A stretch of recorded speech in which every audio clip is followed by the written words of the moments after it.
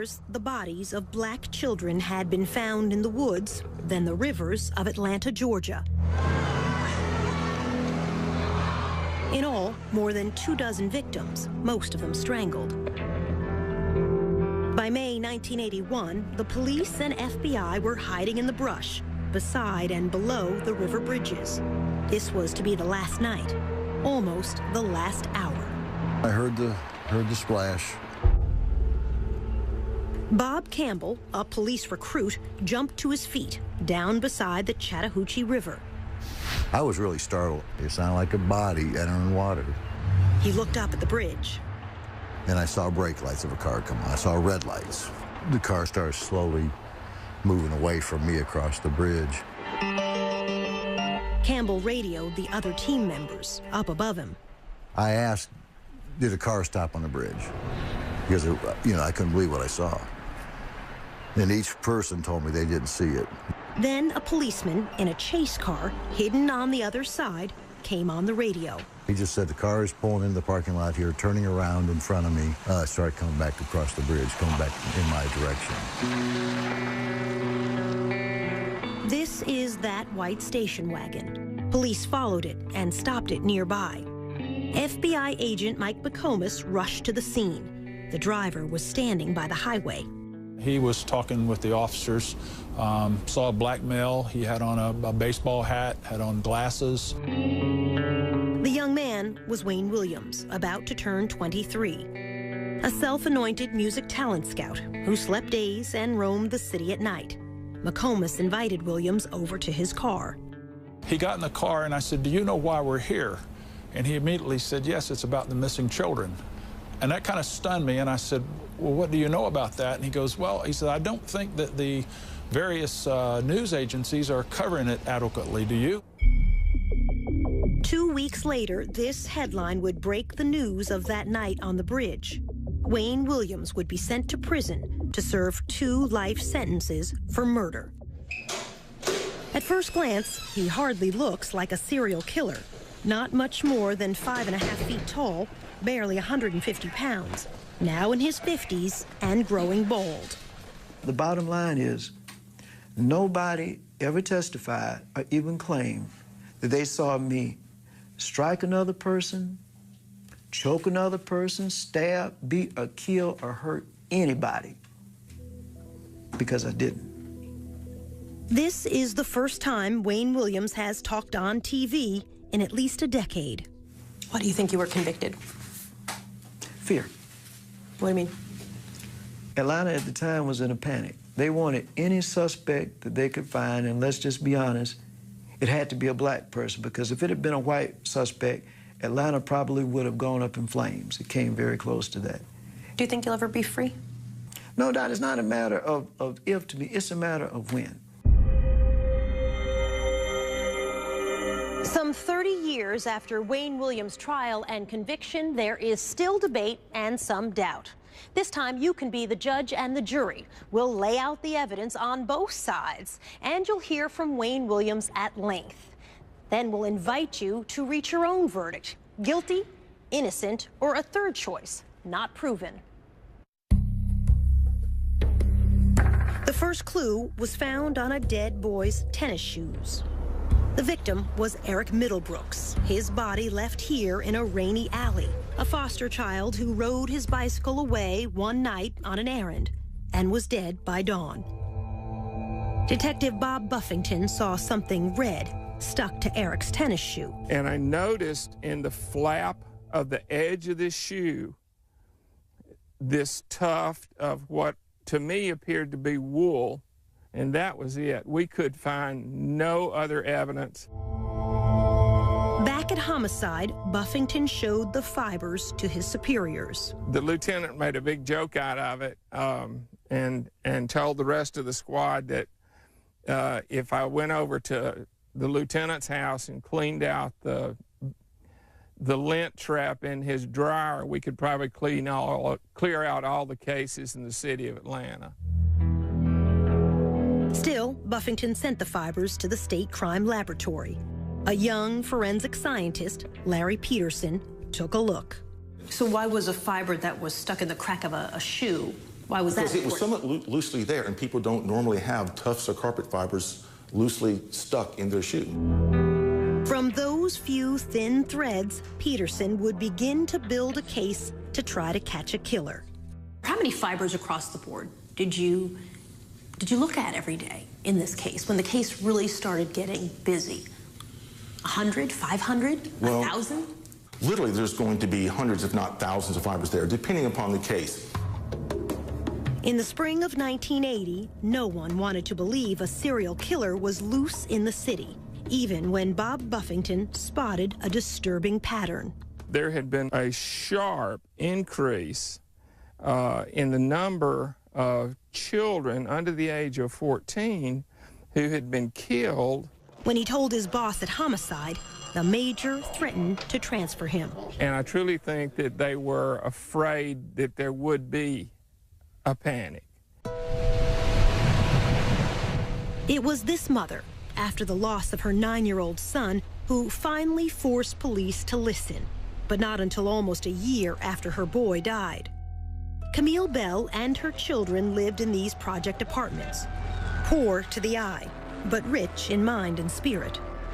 Yusef Bell was an honors student in the gifted program at school. On a warm October Sunday in 1979, he walked away on an errand to buy snuff for an elderly lady downstairs. He went barefooted in a pair of brown shorts. He got to the store, he bought the snuff, he started back home. Less than half a block from this store, Yusef Bell stepped off this curb and vanished. And nobody saw anybody do anything or anything, but they did see him come back across the street. And that's the last that we saw him. Camille Bell called the police. They came and said they'd write a report. That's all. Days went by. Camille waited with 2 older children and Yusef's 3-year-old sister. And so she is terrified. If he can go to the store and they can steal him, then she doesn't want to leave the house. She doesn't want to do anything. Camille hid her own fear from her children. And you've got to hold them together so you can't act as scared as you are. The body of Yusef Bell was found in an abandoned schoolhouse. His body would not turn up for another month.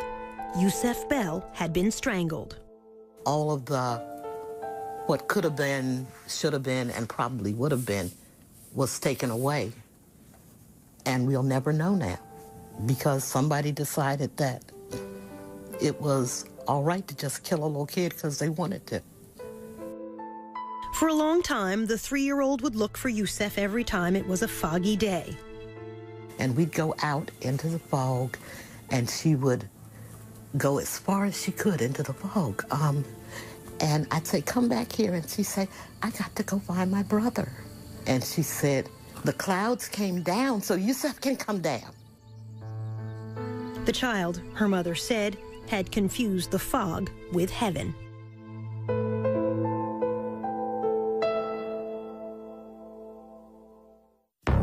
Still ahead, the boy who was too brave. I mean, he was like, man, I want to find this killer and get this reward money. A drive-by threat against the FBI chief's child. Some guy in a pickup truck said, I'm gonna get you, nigga. And in the end, the curious question of the CIA. When you're 19 years old, you're saying you work for the CIA. You've been recruited. I'll let the document speak for itself. We're not going to comment on it. Then. Do you know how to kill someone with a chokehold? That's a yes or no answer. No, it's not. Yes, no, it is, actually. No, it's not. No, it's not. Do you know how to kill someone with a chokehold? No, it's not.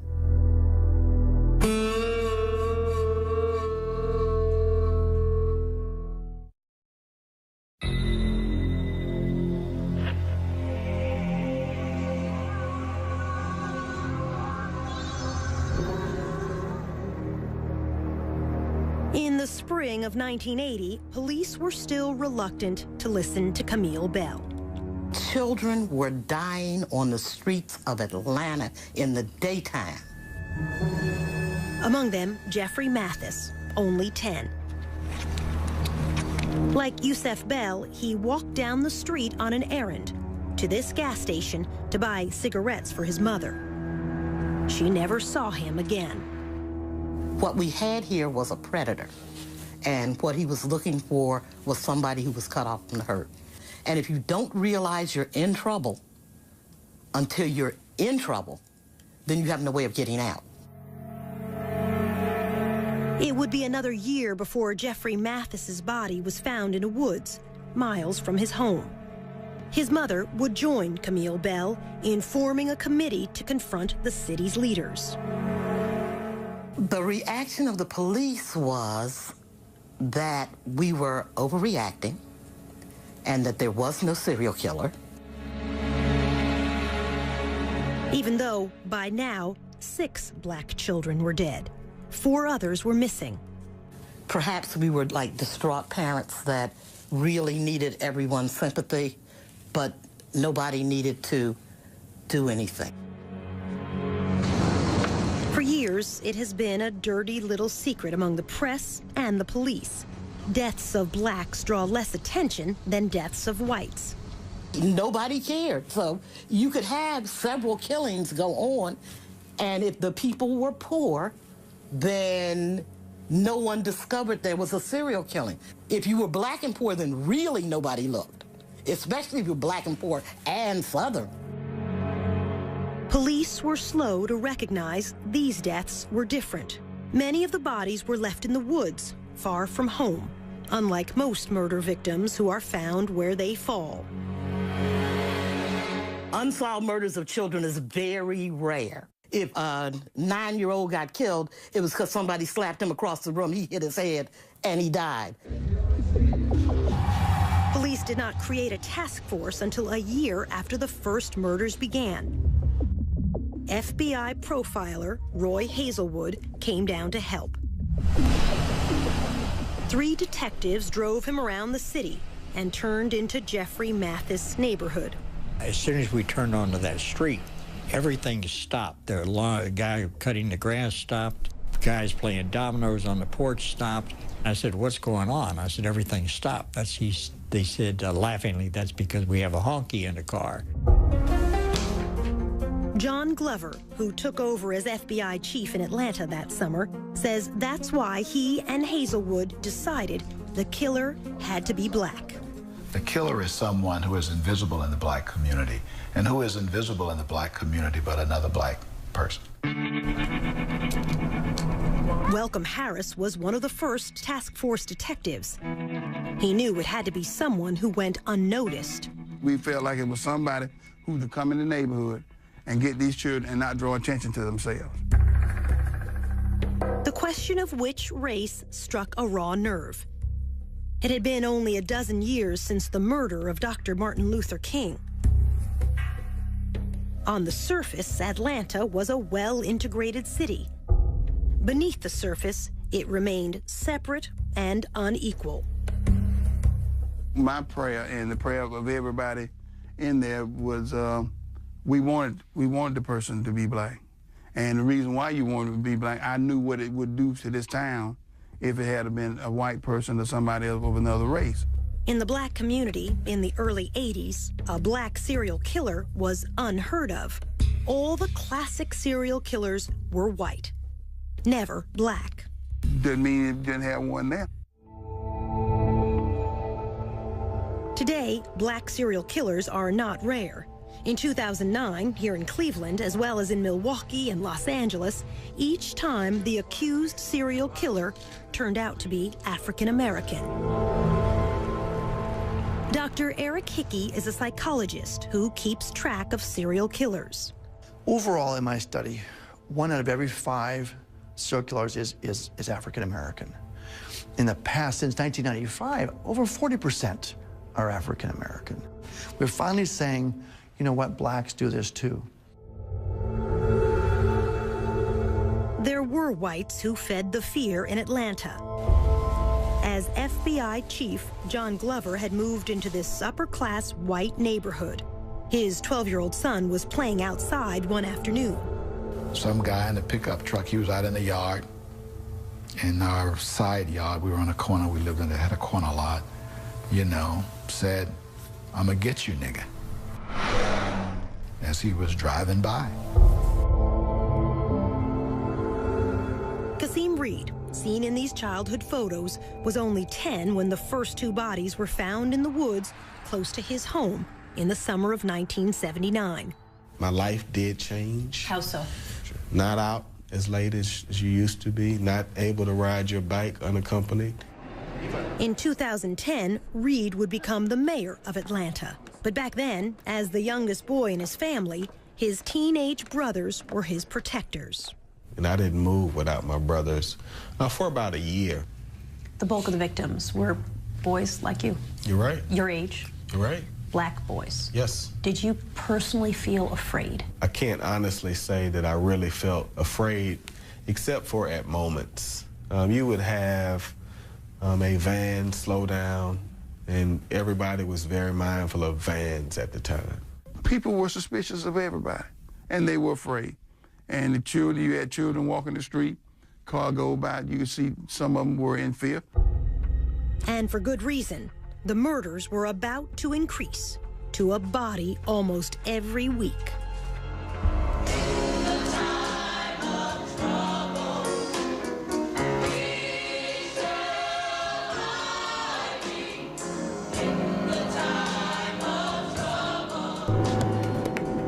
Coming up, a creature of the night.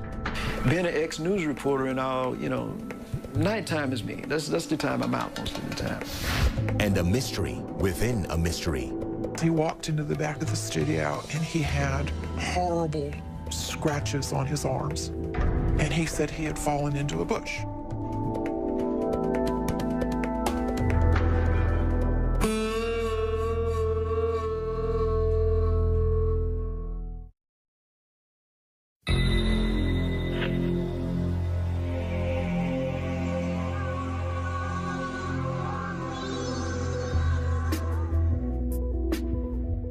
Many of the children who died were poor, who earned spending money carrying groceries, running errands for others. Or, like Luby Jeter, peddling car deodorizers outside this supermarket on New Year's weekend, 1981. His mother worried about his going off alone. He said he was a big boy. They had to catch him first. Luby was a good student, a sophomore in high school. A witness at the shopping center that day saw Luby with a man and helped a police artist draw this sketch, a man with a baseball cap, perhaps a scar on his cheek. Luby never came home. I believe he'd been kidnapped. Police searched the woods around Atlanta. They did not find Luby. Instead, police found two other bodies. Young boys who had disappeared 10 miles and a month apart, yet both left here at the same dumping ground. The number of known dead, now 15. The unsolved murders of so many children had become front-page news around the nation and the world. This is the reward. The city announced a $100,000 reward, soon to grow to $500,000. The task force was swamped with sketches of suspects, none of them alike, many suggested by psychics.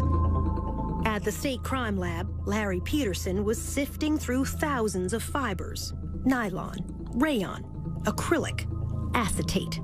Is it like looking or smaller? It's like looking for multiple needles in multiple haystacks. Then, in January 1981, a breakthrough. Peterson realized they were seeing one green carpet fiber with a unique shape. This is a cross-section of that fiber, magnified many times. This particular fiber had two very, very large lobes and one short lobe. The lobes are the three ends of the boomerang shape. The shape was the most distinctive feature of the fiber. He showed me a slide taken from another carpet. This is a single tuft from the carpet, cut in cross-section. Yeah, I can't tell that's green. That's enough. Even putting the tiny fibers under the microscope didn't help me. How can you tell what color this is? Because in this green carpet, because of that light green, it looks very whitish. The color seen microscopically is not going to be identical to what the overall carpet would be. Instead, an even more sophisticated microscope So let me just open this up. can separate colors to identify a specific fiber. We took another look. Oh, now you're talking. Now, Peterson knew what to look for. When I was looking at the fiber at first, I had no idea who had made it. I just knew it was very distinctive, and I would recognize it instantly. But he didn't know where to find it. Wayne Williams was not yet on anyone's radar. He had freelanced as a TV cameraman who shot fires and overnight news. He told us, You know, I know the streets of Atlanta. I've been around a while. Being an ex-news reporter and all, you know, nighttime is me. That's the time I'm out most of the time. Now, almost 23, a wannabe music producer, he was trying to form a singing group modeled after the Jackson 5. In fact, the afternoon Luby Jeter disappeared, Williams says this receipt shows he had an alibi, auditioning young singers from 4:30 to 8:30 that evening. The studio was a small demo studio. Kathy Andrews was co-owner of that studio. To my best recollection, he auditioned young kids for a group that never existed. They were roughly as young as 8 and as old, for the kids, they were as old as 11 or 12. Now living in another state, Kathy Andrews did not want her face shown because of what she saw on another day at her studio. At one point in time, when Wayne came for one of the sessions, he walked into the back of the studio and he had horrible scratches on his arms. Deep and painful, crisscrossing both arms. It was more this way and that way and that way and that way and that way and that way. And they were angry looking. And when I looked at him, the first words out of my mouth was, "Oh, Wayne, what happened? That looks awful." And he said he had fallen into a bush. 15-year-old Terry Pugh died late that January. His body dropped by the roadside in a rural county 20 miles from home. He had been strangled. His mother. Whoever killed him, he had a tussle with him because he had scratches all over. It gives me chills down my spine still. To this day, Kathy Andrews does not believe Wayne's explanation. He did not fall in a bush. It was, after you realized it, it was fairly obvious. I mean, and I don't know what else could have caused that kind of wound on his arm. The intervals between murders were shrinking. 19 days from Luby Jeter's disappearance until Terry Pugh's death. Then 15 days until the next victim. Soon 13, then 11. And before long, a body a week.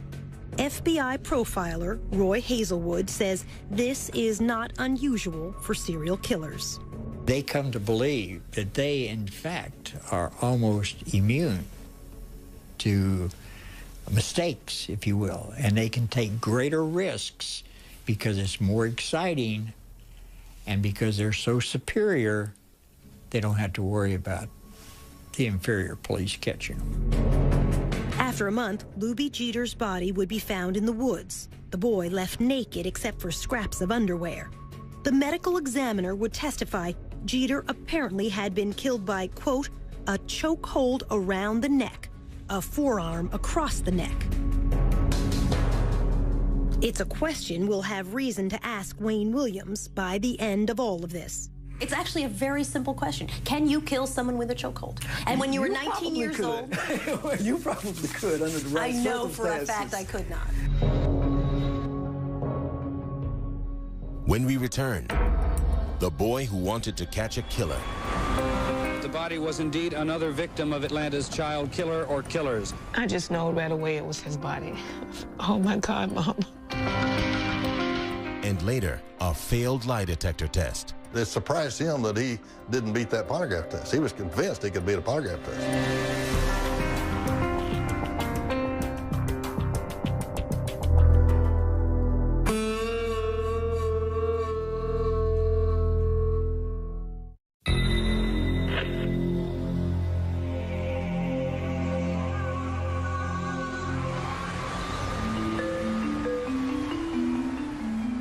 There's yet another twist in the missing and murdered children case. Atlanta is a city of frustrations and fears. As the number of missing and murdered children grows. That the body was indeed another victim of Atlanta's child killer or killers. We're told that the child... Patrick Baltazar was the kid who was convinced he could catch a killer. He was like, man, I want to find this killer and get this reward money, and I'm going to buy my mom a house, and I'm going to do this, and I'm going to find this killer. His stepmother, Sheila Baltazar, was worried. For a 10, 11-year-old child to be talking like that, that was just like, wow, you know, where's his mind at? Patrick was a latchkey child, living unsupervised with an older brother in a project apartment near downtown. He was very streetwise. He stayed out late at night, often at the Omni Center, now the headquarters of CNN, but back then a hotel complex with an indoor skating rink and a game room for kids. And that's where he spent a lot of his time at the games arcade. Wayne Williams was known to frequent the Omni, passing out these flyers as a talent scout to offer auditions to boys from age 11 on up. 15 kids are dead. 2 others are officially missing and listed as part... By early February 1981, more than a dozen young African-American boys had been found dead, many dumped in the woods around Atlanta. I was very fearful. My God. Sheila Baltazar pleaded to send Patrick back home to the rest of his family in rural Louisiana. If I had somewhere to send my son, I would have sent my son. One evening, a white man in a big car appeared to threaten Patrick and a small friend. The little boy said that Patrick said, man, that might be the killer. Patrick used a payphone to call police. He told them, a man was chasing me and my friend in a brown Cadillac. Well, actually, they thought it was a crank phone call. They didn't send a car out. This is a sketch the other boy provided to police after Patrick was dead. 2 weeks later, on February 6th, Patrick stopped by the restaurant where his father worked to ask for money, then walked back toward the Omni. He never made it home that night. I'm like, he didn't come home? Oh, my God. That was the first thing popped in my head. Missing. Murdered. Oh, my God. The Atlanta Missing Persons Bureau continued their hunt for this missing child. 11-year-old... One day seemed like it was a week. That was the longest search in the world. It was almost 2 p.m. when maintenance man Ishmael Strickland found the lifeless figure of a young black boy lying in some bushes. On the 7th day, a maintenance man spotted a body tossed down into the woods behind a parking lot at a suburban office complex. The bank was fairly steep. Medical examiner Joseph Burton had to hold on to a rope to get down to the scene. He had a ligature mark on his neck, like if somebody had a ligature and they were behind you or off to the side behind you, and they close their hands or fists together and pull the ligature, basically. In other words, killed from behind. Most likely, yes. All right, let me place another sample on this side. State Crime Lab scientist Larry Peterson attended the autopsy. I can recall at one autopsy pulling a fiber off of one of the victims. It was a green carpet fiber, and mounted the sample on the slide, went over and looked under the microscope and went, it's the same one. You knew right away. I knew right then. And it became apparent that the body was indeed another victim of Atlanta's child killer or killers. Again, local television carried these pictures live from the crime scene. As it was studied, it became apparent it was one of the 3 children listed as missing. We're told that the child's body, again, had not... Sheila Baltazar got a call from her mother. She say, they found another body. She say, I really feel like this is Patrick's body here, you know.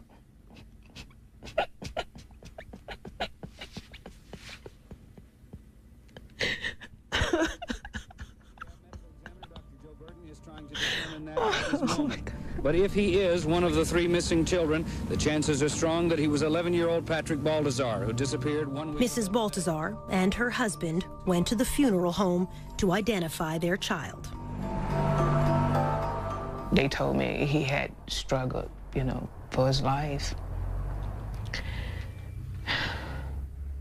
And seeing the print, you know, the rope print across his neck, all the way around the front.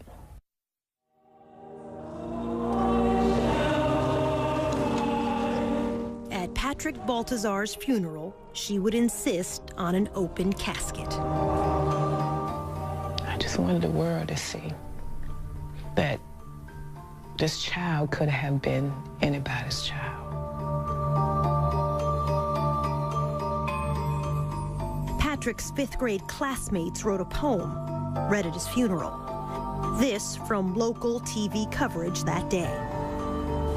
Patrick Balthazar, our schoolmate, you came to school, though sometimes late, but you were never mean to anyone. You tried to help people and thought it was fun. Then one night, one terrible night, you didn't come home, not even at daylight. Something's happened to that boy, the people said. Patrick is missing. Is Patrick dead? We cried some, and we bowed our heads, and hoped for your safety, and prayers were said. Oh God, please bring back that missing boy. When he returns, we will shout for joy. The police and the news people came and went. In all our hearts was no content. No one could rest until we knew whatever had happened to you. Then one day your body was found out in the woods on the cold, cold ground. Someone killed you and dumped you there. It was a mad, cruel person who did not care. There was not a word about how you died. It is no wonder that we all cried. Patrick, we miss you and wish you knew how much your schoolmates grieve for you.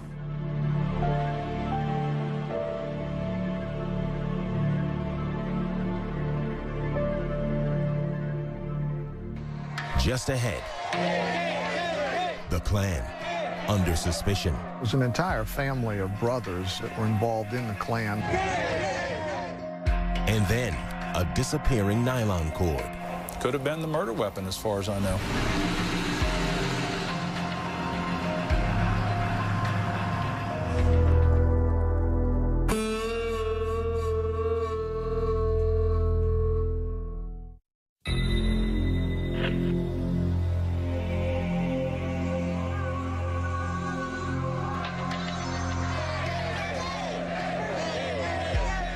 In February 1981, a troublesome tip reached the police. A man involved in the Ku Klux Klan could be Atlanta's serial killer. Atlanta was about to explode, and here was information potentially that the Klan could have been doing this. Bob Ingram with the GBI, Georgia's Bureau of Investigation, got the case. It was an entire family of brothers that were involved in the Klan that were the focus of this particular intelligence information. An informant said one brother had threatened Luby Jeter, the child found dead only weeks before. The Klan associate lived here on a dead-end street in the railroad town of Mountain View, on the outskirts of Atlanta. We're tapping telephones. We heard a lot of rhetoric. We heard a lot of racial slurs. On one wiretap, the detectives heard this said, "Go find you another little kid." The GBI followed the four brothers for almost 2 months. These family members were under surveillance at that time, physical surveillance, where we had an eyeball on them. In those 2 months, 6 more black youths would disappear and die. Detectives saw nothing to link the Klan to them. If somebody was in there with a van or 2 or 3 men who, you know, to grab somebody and dump them in the back of a van, people would have noticed if they were white. The brothers were called in. They took lie detector tests and passed.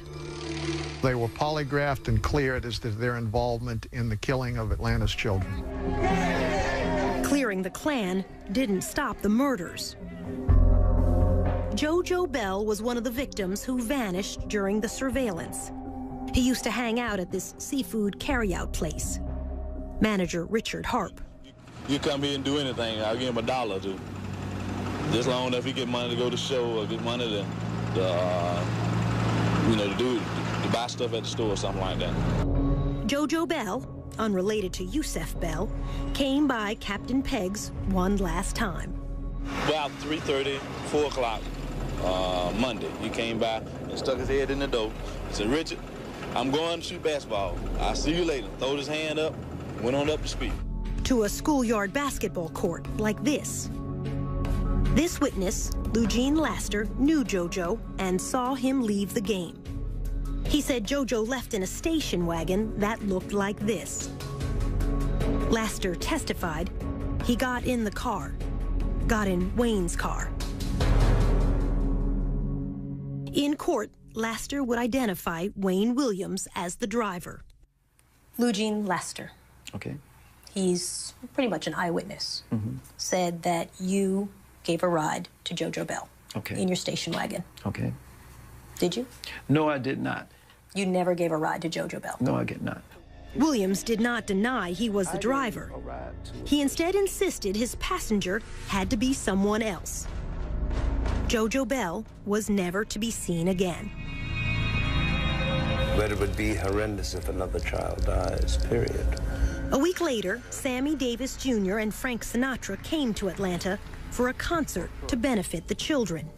The photographer up on stage, that's Wayne's father, Homer Williams, with the black newspaper, Atlanta World. How come you got no tuxedo on there? You're going to come up here on the stage looking like that there. Backstage with Sammy Davis Jr. in a photo which made the front page, that's future Mayor Kasim Reed. I remember that. It was so cool meeting Frank Sinatra.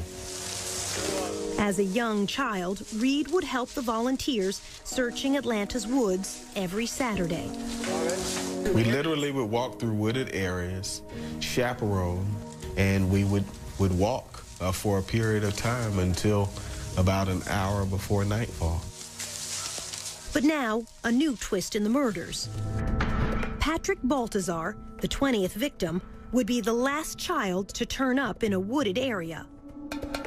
A day or two later, an official would tell reporters fibers and dog hairs were being collected from the victim's clothing.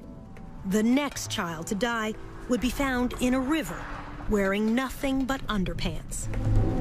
Fewer clues now for Larry Peterson. We're talking maybe a dozen or dozens of fibers as opposed to hundreds or potentially 1,000 fibers. The 13-year-old victim was found beneath this bridge over the South River in Atlanta's suburbs. A driver crossing that bridge earlier in the week saw a man leaning over the railing. It turned out to be the same afternoon JoJo Bell disappeared. At trial, the witness said the man was Wayne Williams. JoJo's body would not be found for 7 more weeks, until Easter Sunday. It had floated far down the South River, almost into another county. He also had nothing on but underwear, basically. Medical examiner Joseph Burton went out in a boat to retrieve the boy. We've got the body wrapped in a sheet. I'm the one with the shirt off. Dr. Burton ruled both JoJo and the other boy found in the river had been asphyxiated. We didn't have any history of either one of these boys swimming in the South River in their underwear. Other bodies were now washing up in the Chattahoochee River to the west and the north of Atlanta. 5 victims in that river in the next 6 weeks. I said, you know, if I was doing that, I'd be throwing them off the bridge. FBI agent Mike McComas grew up along a river in Tennessee. He knew if something were to float on downstream, it had to be dropped in the middle of a river. McComas suggested the bridge stakeouts. We looked at remote places, dark places. We believed it would be at nighttime as opposed to daytime. The FBI and police began night watches at 14 bridges over the Chattahoochee and South Rivers. The stakeouts were to last 4 weeks. Nothing until the very end. We, at that point, were ready for that to be our last night. And Wayne Williams showed up that night. Just before 3 a.m., the station wagon drove onto the bridge. Had he waited a couple more hours, we might not have been there. Otherwise, we would have missed him.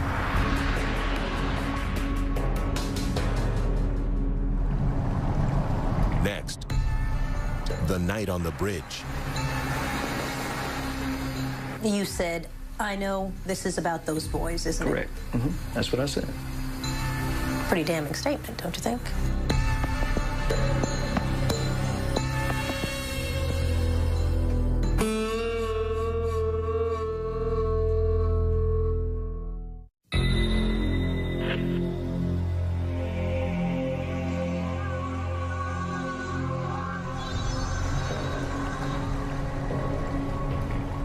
That night on the bridge, Wayne Williams says police made him the scapegoat because he was black.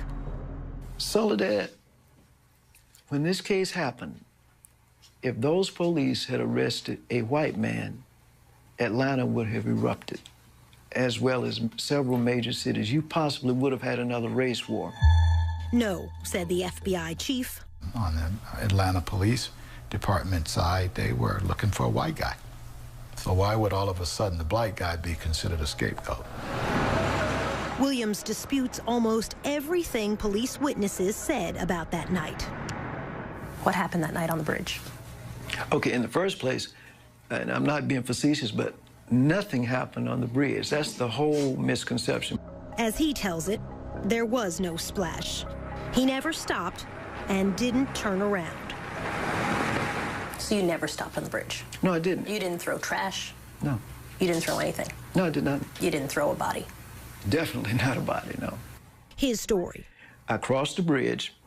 I turned off briefly after I crossed the bridge at what I called a liquor store.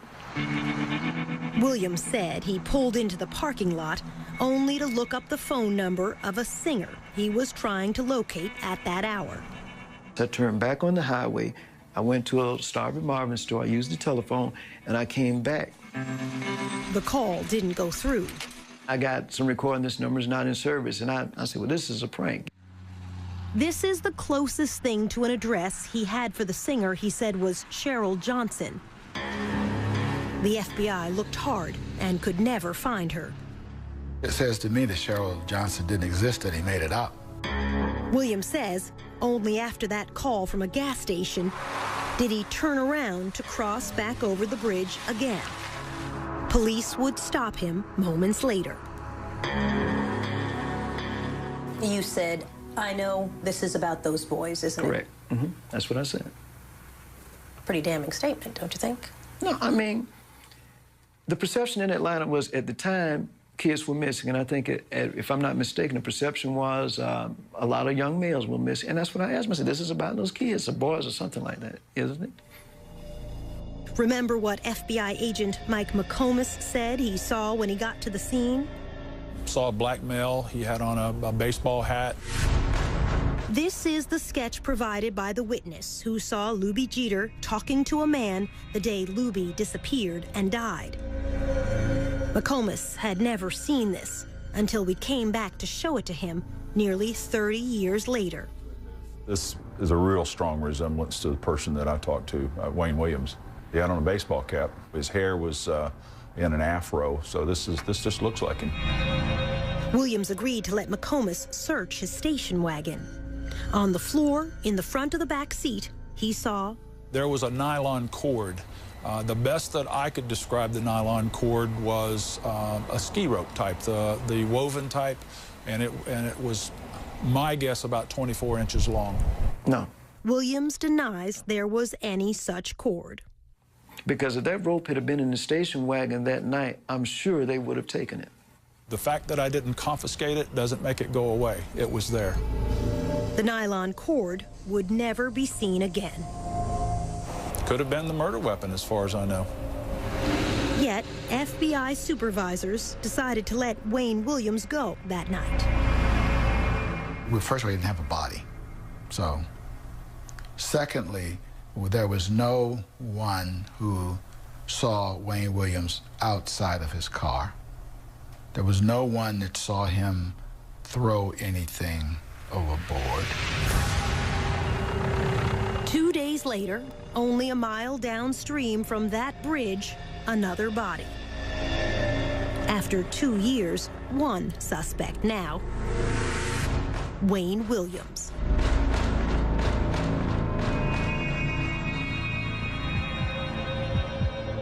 When we come back, the lie detector test. It surprised him that he didn't beat that polygraph test. He was convinced he could beat a polygraph test. I said some reaction like, I'll be darned. You're the guy we've been looking for 2 years.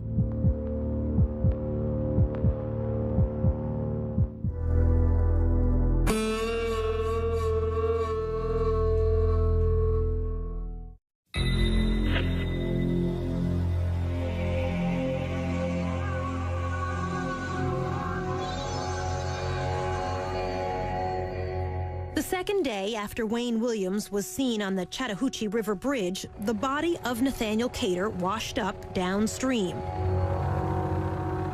He was a down-on-his-luck drunk, 28 years old, but small, weighing under 150 pounds. Again, the medical examiner said Cater could have been killed, quote, with a chokehold, trapping the neck in the crook of the arm. His would be the last body found in the Atlanta murders, the 27th male victim. At Cater's funeral, Wayne Williams' father, Homer, took this photo for the Atlanta World newspaper. On June 3rd, the FBI brought Wayne in for a long night of questioning. Wayne agreed to a lie detector test. He was as composed and calm as you can get. You got 26 bodies out there in the woods and rivers, and he's just sitting there in total control. Richard Ratcliffe was the FBI polygraph examiner. I said, I don't care what you were doing on the bridge. I don't care what you threw in the river. If it wasn't a little boy's body, you'll do fine this test.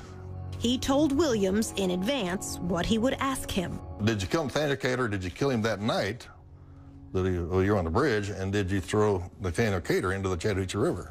And when I ran that test, it's like, wow, this is it. Wayne Williams flunked all 3 questions.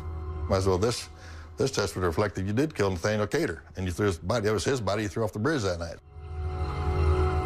The polygraph measures sweating, the heartbeat, blood pressure, all rise with tension. You breathe a little faster. You have a hard time getting your breath. You sweat a little more. He did all this. Wayne Williams took the test 3 times. He failed each time. I said some reaction like, I'll be darned. You're the guy we've been looking for 2 years. It surprised him that he didn't beat that polygraph test. He was convinced he could beat a polygraph test. He sat there and studied it, and he said, what's this question right here? And I said, that's pretty good. That's, did you cause the death of Nathaniel Cater? And then he said, what's this question? I said, well, did you throw his body into the Chattahoochee River that night?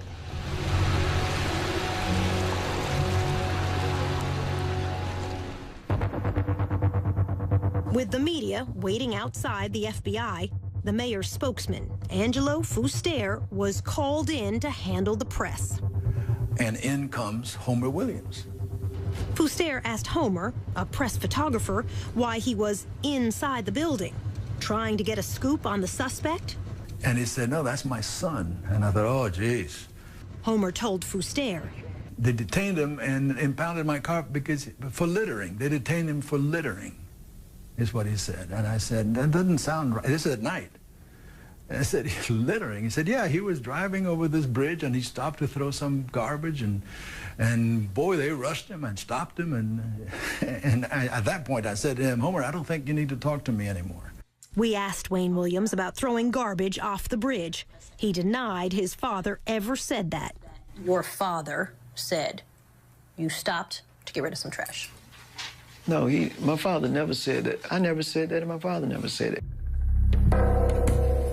While father and son were inside the FBI, evidence technicians were combing the Williams home. The FBI's top fiber expert, Harold Dedman, led the search. In Wayne's bedroom, he took clippings from a purple bedspread and from a yellow blanket. The yellow blanket was located under Wayne Williams' bed. On the floor, a green carpet. This is a blow-up of those carpet fibers. They're the only company to produce a fiber like this. But Larry Peterson was still in the dark. I had no idea there was a bridge incident. He had been called to the FBI office to help search this station wagon, but not told why. Then he spotted FBI techs returning from their search, and so he went out to the home to snip fibers for himself. Saw the green carpet. Did you feel this is it? You know, I really didn't. Because it was a middle-class home, a young man living with his parents. But Peterson thought, I'm going to run these back to the lab and just look. I started with the green carpet. Once I put that sample under the microscope, I mean, I knew instantly that that was it. You knew that they had the killer. I knew that was it. And I had made hundreds and hundreds of comparisons to carpeting and various suspects and environments before, and nothing was even close until that night. Did you stand up from your microscope and scream, "Hallelujah, we've caught the guy"? I really did just want to say, oh my God. Still, Wayne Williams was allowed to go home that night. And I make a couple of other errands, so I was in the area, and I just decided. In the morning, Wayne Williams called in reporters and TV crews, who agreed not to show his face. He asked what was dropped in the river. Nothing. He acknowledged he failed a lie detector test. Then, asked about the victims, Wayne Williams said this. Some of these kids are in places they don't have no business being at certain times of the day and night. Some of them don't have no kind of home supervision, and they're just running around in the streets wild. And I'm saying, when you're doing that, that's not giving anybody a license to kill, but you opening yourself up for all kinds of things. We asked Wayne what he meant. When you say, that's not giving anybody a license to kill, but you're opening yourself up for all kinds of things. My point is very simple. All right, if you're out roaming the streets, like not all of these, but some of these victims were, you put yourself in a position for bad things to happen. For days, the district attorney was reluctant to take Wayne Williams to court based on fibers alone. While he hesitated, the FBI, police, and media all kept a watch on Wayne. In this parking lot one day, he showed an angry face to a CNN camera crew. Well, hey, I'm telling you to quit following me, because I'm saying at this point you're following me and you're on private property. And if I were you, I'd get the hell out. Finally, on Father's Day evening, 1981, detectives arrived to arrest Wayne Williams for the murder of Nathaniel Cater. Once he disappeared in the back of this police car, Williams would never be free again, to this day.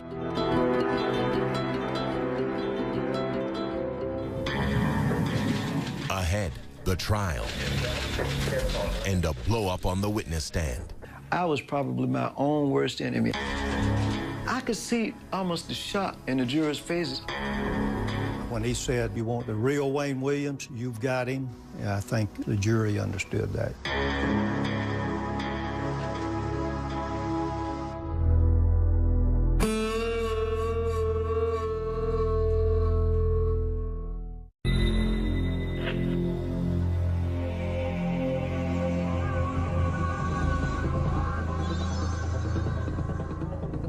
Wayne Williams would go on trial at the start of 1982.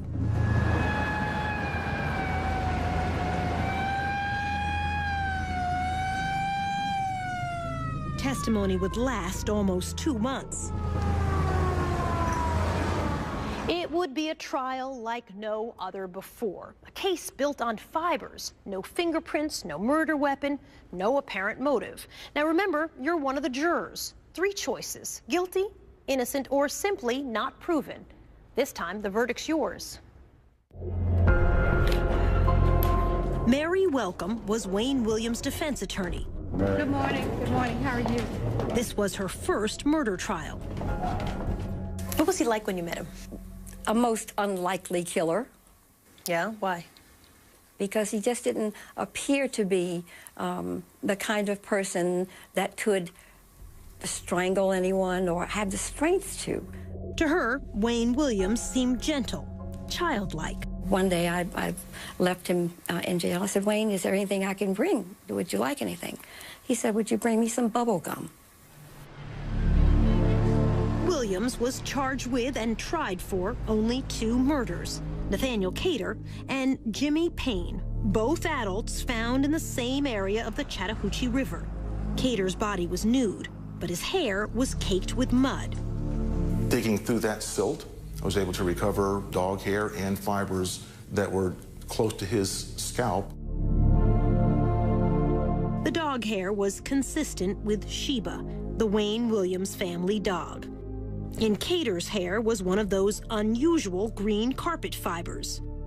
Under a microscope, Peterson could see the boomerang shape, just like those in the Williams family carpet.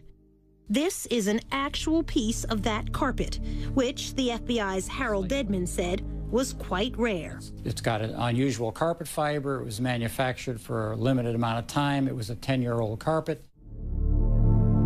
On Jimmy Payne, the other victim, Dedman found yellow rayon fibers stuck to his cotton shorts, fibers consistent with the blanket under Wayne's bed. I personally took the cutting from the yellow blanket that was under the bed. This evidence slide contains the yellow blanket fibers that Dedman clipped that night, magnified by our own video camera. But when Larry Peterson had returned that June for a second search a couple weeks later, there was no yellow blanket to be found that I could find. There are a lot of things in your case that disappeared. Mm-hmm. You had a lot of disappearances. Mm-hmm. Yellow blanket Yes. disappeared. In the first place, there was never a yellow blanket. There were fibers of a yellow blanket. There were fibers alleged to have come from a yellow blanket. Nobody's been able to produce a yellow blanket because, quite simply, and I'm just being very blunt with you, there was no yellow blanket. Or maybe you got rid of it in between the first time they searched and when they come back. It seems like to me, if I were a police officer, I would have confiscated the blanket too. It doesn't make sense. the prosecution was allowed to bring in 10 other deaths. Among them, Patrick Baltazar, Eric Middlebrooks, JoJo Bell, to try to show a pattern. This is a chart showing fibers that were recovered from the body of Patrick Baltazar. Fibers consistent with that blanket, with Wayne Williams' bedspread, the green carpet, hair from Wayne's dog, plus a leather jacket. The jacket was, as I recall, was hanging in his closet. And, Dedman told the jury, 2 human hairs were found inside Patrick Baltazar's shirt. These 2 hairs were consistent with originating from Williams. Then there was Eric Middlebrooks, and the fibers stuck to his tennis shoe. This is a blow-up of those red fibers. The same kind were in a car Williams was driving that year. This puts Middlebrooks both in the interior and of the 79 Ford and the trunk of the 79 Ford. Did you ever meet any of the young men who were victims? No, I did not. Never met them once? No. Not once? No. It's incalculable, the odds that that they were not in contact with him in his environment. The fiber evidence is your biggest obstacle. That fiber evidence may well have been manipulated in this case. Point blank and simple. Simply because they had a suspect, it was Wayne, and that manipulation no doubt has continued even after my trial and up until this point. There were just too many fibers placed on too many bodies. Mike Derham, in blue, seen here the night of the verdict, was one of the jurors. What would the chances be of finding the same, all of these fibers? The chances would be just astronomical. This witness, Robert Henry, did place Williams with the very last victim, Nathaniel Cater. Henry worked with Cater. He said he saw him leaving this theater with Wayne Williams on the night of the bridge incident. Henry has no doubt, even today, about what he saw. We were holding hands, you know, like male and female. Well, if you were holding hands with one of my co-workers and both of you are males, what am I supposed to do? Turn my head? What's up, people? The next time I saw him, he was in the courtroom. When Wayne Williams took the stand, he swore he never met Nathaniel Cater. On the evening Henry said he saw them, Wayne testified he was home. sick and asleep in bed. His mother and father, now deceased, backed him up. Homer Williams said he had the white station wagon until almost midnight. Under cross-examination, in his third day on the stand, Wayne Williams blew up at prosecutor Jack Mallard. That morning, he was a complete different person. Immediately, he started attacking. He came out of the chute like a bull. When he said, you want the real Wayne Williams, you've got him, I think all of us, the jury, understood that, yeah. I was probably my own worst enemy. I was an arrogant, bus-headed idiot at the time, and I played right into these people's hands. I could see almost the shock in the jurors' faces if they said, my God, is this the same Wayne that was up here yesterday? I could see that. Patrick Baltazar's stepmother was watching in court that day. I'm like, this man gotta be crazy. This man, I mean, it's like he's saying, you know, yeah, I killed him, but you better prove it. You know, can you prove it? He was doing everything he can to outsmart everybody. And it was like, I did it, but can you prove I did it? Camille Bell, Yusef's mother, believed Wayne to be innocent. She feels that last day on the witness stand convicted him. And then when he flared off, then they were ready to say, well, okay, so he does have fire. When you got angry with the prosecutor, you said, you're a drop shot. I called him a drop shot. What's a drop shot? What's that mean?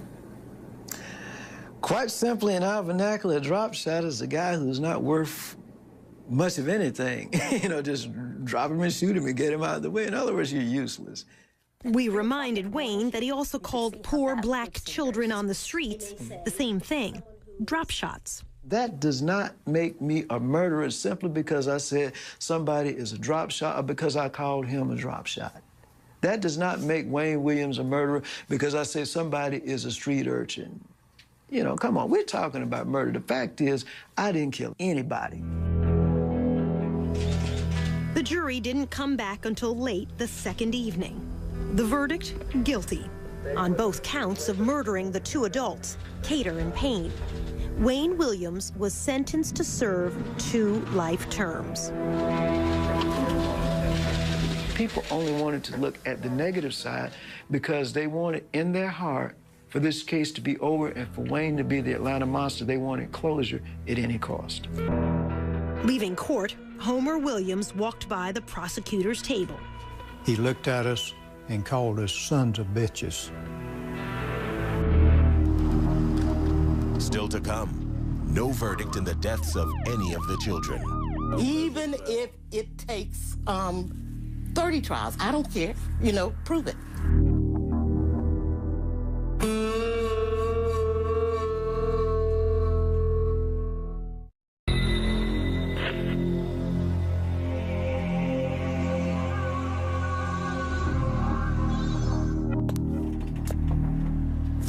Defense attorney Mary Welcome did not expect the guilty verdict.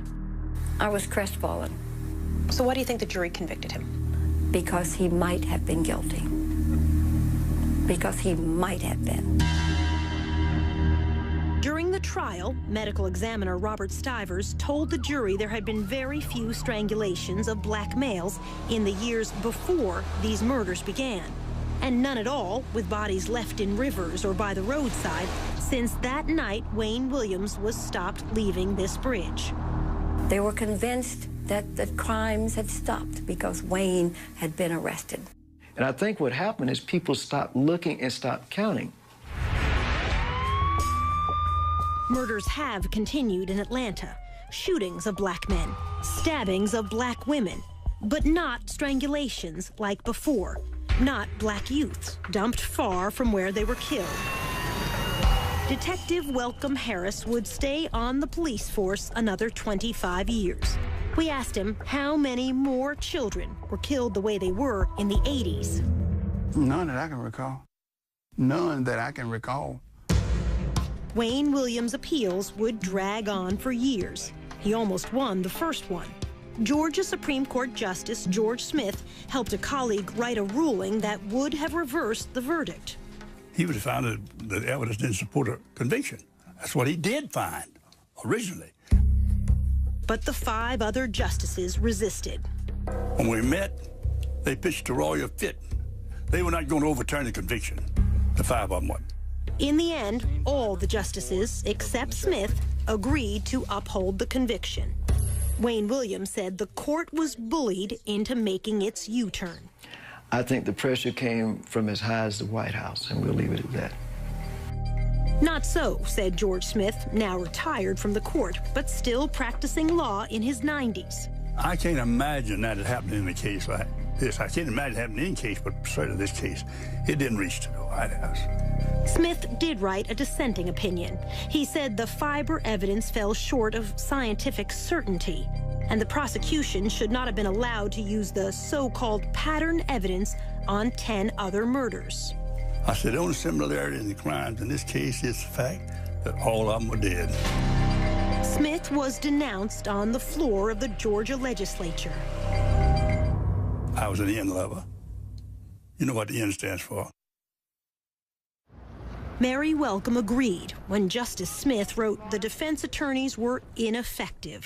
We were rendered ineffective. We were rendered incompetent because of the lack of funds, lack of time, and the lack of resources.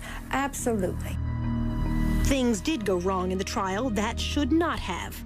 An ambulance driver suggested an explosive motive for Wayne Williams. This from CNN's report at the time. Bobby Tolan said Williams asked him once, had he ever considered how many blacks could be eliminated by killing one nigger child? But unknown to either side, Tolan was not his real name. In fact, he had a criminal record. He testified under a false name, had an extensive arrest record under his real name. I'm not sure that we knew all of that at the time, or it was disclosed to us. Rogers' home is but 8 blocks away from where he was found today. Then there was the murder of Larry Rogers, a retarded youth. This witness testified she saw Rogers slumped over in a station wagon as Wayne Williams drove away. But another person also saw Rogers in that station wagon at that same intersection that day. He helped a police artist draw this sketch. It does not look like Wayne Williams. However, the defense never called the other witness to ask about the sketch. No, I don't even remember seeing that. Supporters of Wayne Williams say there was one murder which shows the fiber evidence could be faulty. The death of 12-year-old Clifford Jones, left by a dumpster in an alley on a summer night in 1980. Some of those unusual green carpet fibers were on his body. Yet another boy said he saw a coin laundry operator kill Clifford Jones. Detective Welcome Harris said the boy was not believable. He exaggerated stuff. He could, in other words, he was open to suggestions. And if you said that Mickey Mouse was up there, and if he sensed that you wanted him to say that, he said, yeah. Wayne supporters point out the laundry manager failed 2 police lie detector tests, but few are aware of a 3rd test given by the FBI examiner, Richard Ratcliffe. The result? In layman's terms, he passed. He wasn't involved in killing Jones. Only days after Wayne Williams was convicted of killing 2 adults, Atlanta's police commissioner closed the books on 21 other murder victims, declaring they, too, were killed by Williams. Most were children, among them Clifford Jones and Yusef Bell. But without trials, the mothers were left without a verdict, one way or the other, in the deaths of all of the children. Camille Bell. Even if it takes 30 trials, I don't care. You know, prove it. The prosecutor's answer, it would serve no purpose. You can only serve one life sentence.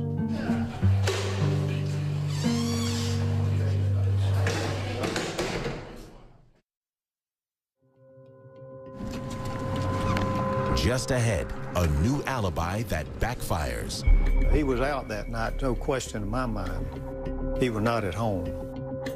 He was out and about.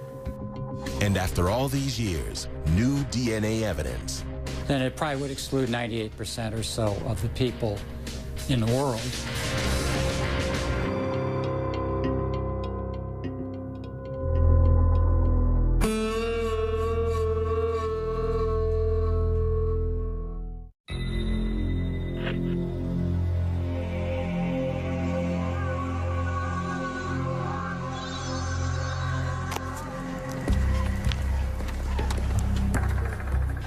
4 years after the trial, Robert Henry would change his story about seeing the last victim, Nathaniel Cater, holding hands with Wayne Williams. In this affidavit, Henry wrote, "If my life depended on it, I could not say the man I saw with Cater was Wayne Williams." Our producer confronted Henry with that affidavit. His signature is at the bottom. Yes, that's my handwriting. Whose words are those? They're not mine. Whose words are they? I'd rather not say. In the summer of 1986, Henry was in prison here when, he said, an associate of Wayne Williams came to see him and told him what to write. When you said, "I could not ID the face of Wayne Williams as the man I saw with Nathaniel Cater," are those your words? Those are words I was told to say. By? I'd rather not say. It might cause a problem. Could you ID the face of Wayne Williams? The person I saw holding Nathaniel Cater's hand was Wayne Williams, the man that was convicted of it. In fact, Henry had passed a lie detector test before he took the witness stand. When his visitor came to see him, Henry was serving 5 years for sex crimes. His false affidavit was used in court appeals. Wayne Williams lost each time anyway. To this day, is there any question in the mind whom you saw with Cater? No, it's not. It was? Wayne Williams. Robert Henry is not the only one whose story has changed back and forth over the years. So has Wayne Williams. At trial, Williams testified he was home all evening, sick in bed, when Henry said he saw him holding hands with Cater. Now, Williams says he has a different alibi for that evening. I was at a place called Hotlanta Records in College Park. Williams says he drove to that office near the Atlanta airport. He had taken photos for this poster the night before and went there to turn in this invoice to get paid. We delivered a bill and statement of services, and we were cut a check for it, and it was probably about 9 or 9:30 when I left that location. We reached Hotlanta's owner, Melvin Ware, now living in Los Angeles. He called in advance, and when he came, I went back and wrote the check behind the desk. That's where our checkbook was. But he said Williams didn't stay that long, not as late as 9. It wasn't like 5 minutes or 10 minutes. We always spent maybe a half hour or something like that. How did Wayne get to the office? He drove. I think he had his dad's car, if I'm not mistaken. Wayne's father, Homer Williams, testified he had the station wagon until almost midnight that night. But Chet Detlinger, an investigator for the defense, said Wayne told him long ago this was a lie. All he told me was he had the car, his daddy didn't have the car. Wayne said, but I had the vehicle, and I didn't want to corrupt my dad's testimony in the eyes of the jury, so I lied about it and said I didn't have it on the stand. What makes this important is what time Robert Henry says he saw Wayne and Nathaniel Cater together. It was about 9:15 and 9:30. It was on Lucky and Forsyth Street, downtown Atlanta. So at the trial, you said that you were in bed till 10 p.m. All right. You were so sick, your mother said that she had to help lie your body out on the bed. You were so sick. This is where the confusion with all of us came in. I got back from Hotlanta Records, probably about 9:30. But there's no one to corroborate that, even if his mother were still alive. Wayne said she probably didn't see him come in. Prosecutor Jack Mallard. He was out that night, no question in my mind. He was not at home. He was out and about. Less than 6 hours after Henry said he saw Williams and Cater here, police heard a splash under this bridge. Cater's body washed up downstream 2 days later. 30 years ago, there was no DNA testing. Now there is, and so new evidence. Remember those 2 human hairs found inside 11-year-old Patrick Baltazar's shirt? In 2007, the hair fragments were sent to the FBI's DNA laboratory in Quantico, Virginia. The result? The lab said it found this DNA sequence in only 29 out of more than 1,100 samples of African-American hairs in its database, less than 3%. Most important, Wayne Williams' DNA had the same sequence. I don't think they said it was a match. I think they said they could not rule out whomever the hairs were from as being the possible donor. The FBI's Hal Dedman, a DNA expert, said this finding is as strong as it can get with this particular type of testing. Then it probably would exclude 98% or so of the people in the world. Did you kill 11-year-old Patrick Baltazar? I did not kill Patrick Baltazar or anybody else. Did you ever meet Patrick Baltazar? No, I did not. Never been in contact with that kid? I don't even know a Patrick Baltazar. We offered to show the DNA findings to the stepmother, Sheila Baltazar. I can't read it. Please don't make me read it.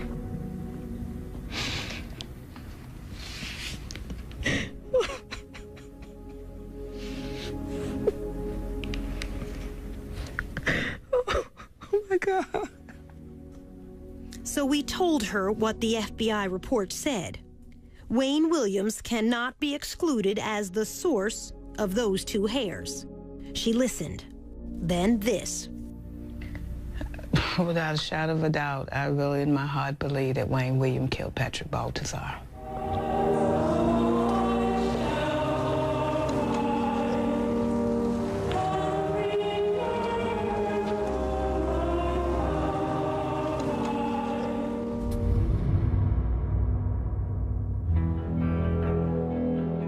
Next, trained to kill.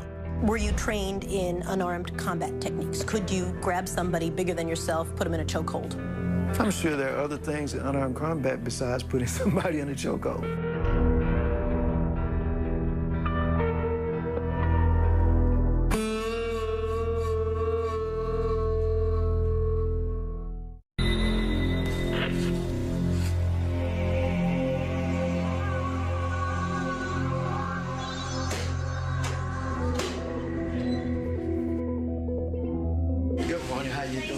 When we returned to prison for our final interview with Wayne Williams, we had one question he was not expecting. What Wayne had written about being recruited for espionage training as a teenager. At a secret government camp hidden in the woods near this North Georgia lake, where he was given what could amount to a license to kill. It's called Finding Myself. What's Finding Myself? It reads like an autobiography. Go ahead, I'm still trying to see. It's a account of your CIA training. We're not going to get into that. Why not? We're not going to get into that. I got a copy of it. Yeah, but we're not going to get into that. Why not? We're just simply not going to get into that. By his account, Wayne was fresh out of high school, just 18 years old, when he was approached by an associate of an old World War II spy living in the Atlanta area and was initiated into a secret world. You're not going to answer a single question on this? No, ma'am. Is it fake? No. Is it fictional writing? No. Did you work for the CIA? We're not going to get into that. In these pages, he said he spent his summer weekends in those woods, learning how to handle plastic explosives, hand grenades, and something even more chilling. So, I'll do the talking part, and you can answer what part of it you want. You write how you fired rifles, submachine guns, handled assault weapons, grenade launchers, C4, learned unarmed combat techniques through this training group over weekends. Is it true or is it false? We're not going to comment on that. When you're 19 years old. You're saying you work for the CIA. You've been recruited. I'll let the document speak for itself. We're not going to comment on that. Did you work for the CIA? I cannot comment on that. Copyright 1992 by Wayne Williams. Is this an autobiography? I cannot comment on that. In his own words, Wayne Williams said this was part of a secret plan to send young black agents into the worst trouble spots in Africa in the late 1970s. He wrote that he finished training, then withdrew from the program. Either this is a true story and you have been trained in evasive tactics, filtration techniques, weapons use, unarmed combat techniques, which would include a deadly chokehold, or it's made up. Let me ask one question. Where did you obtain that? I can't tell you that. There we talking. You're a newsman. You know the answer to that question before you asked it. Okay. All right. I will say Is it true? I mean, it's got your name on it? I will say this. Were you trained in unarmed combat techniques? Could you grab somebody bigger than yourself, put them in a chokehold? Because that's what that is. I'm sure there are other things in unarmed combat besides putting somebody in a chokehold. But when I talk to the military experts and I say to them, what exactly does that mean? That's one of the things on their list. Top 2 things, by the way. I wouldn't doubt that. So, are you trained in that or not? Let me say this. I'm asking such straightforward questions. I understand that. But again, I ask you to understand my position on this. Let's say that were true, that were the case, or let's just say that I had some experiences that I do not want to comment on today for reasons that the document says, okay? The fact is, what does that have to do with the situation today? Everything. You tell me. It has everything to do with it. Listen. A big part of the conversation when I talked to your lawyers was, could Wayne Williams grab somebody? Did he have the strength? Look how, he's not a big guy. Could he grab someone in a unarmed combat technique and kill them? And your attorneys would say to me, you met him, he's not a big guy. So if you're telling me that, yes, in fact, I was trained by the CIA, which is basically what this document says in a nutshell, on the weekends when I was a teenager, and I am trained in the chokehold technique. That's one thing. If you're telling me that, no, that never happened, but you're writing a long fantasy about being trained for the CIA in weaponry and the chokehold technique, that takes it a whole other direction. Remember, doctors said at least 2 of the victims, and perhaps more, were probably killed by chokeholds. Do you know how to kill someone with a chokehold? That's a straightforward question, isn't it? Because I can answer that. My answer would be no, sir, I do not know. Do you know how to answer? What's your answer to that? Let me say something about that. That's a yes or no answer. No, it's not. Yes, it is, actually. No, it's not. No, it's not. Not until the very end of our prison interview did we come close to a real answer. It's actually a very simple question. Can you kill someone with a chokehold? And when you were 19 years old... You probably could under the right circumstances. I know for a fact I could not. I know you're being facetious, but I know for a fact I could not. You don't know. But were you trained as a teenager to do that? Because that's what you're writing in this. And I get CIA, you don't want to talk about it. It's all off the record. Let me state this for the record. Okay. I think in the paper that you have, and I will say this, that it says that there was contact with a certain program. And I will say it was the Junior Officer Training Program, which was run by a certain agency, and you're correct, CIA. But I never said that I worked for them. I simply said now who's splitting hairs? That I had some contact with some person, and that's all I'm going to say. Were you trained that's all I'm in gonna these say. techniques? That's all I'm going to say. He did acknowledge it was CIA training, but said no more. So, is this true, or only a fantasy in his mind? The mind of a man the courts have found to be a killer. We'll leave that question with you. The verdict is now yours to decide in your own mind. Again, the choices: guilty, innocent, or a third choice not proven either way. In a few moments, we'll show you the verdict that our audiences reached when this documentary was first broadcast. But before then, a look at some of the answers from those who lived through the terror 30 years ago. The prosecutor. Obviously guilty. The defense attorney. Not proven. One way or the other. The FBI agent in charge. Guilty of 2 double homicide. Sheila Baltazar. He could have killed all of them. The Supreme Court Justice. Not proven. The witness. Guilty. Camille Bell. Innocent but stupid. That first task force detective. No maybes, ifs, guilty. The right man for those homicides is in jail. The original audience verdict, guilty, 69%. Innocent, 4%. Not proven either way, 27%.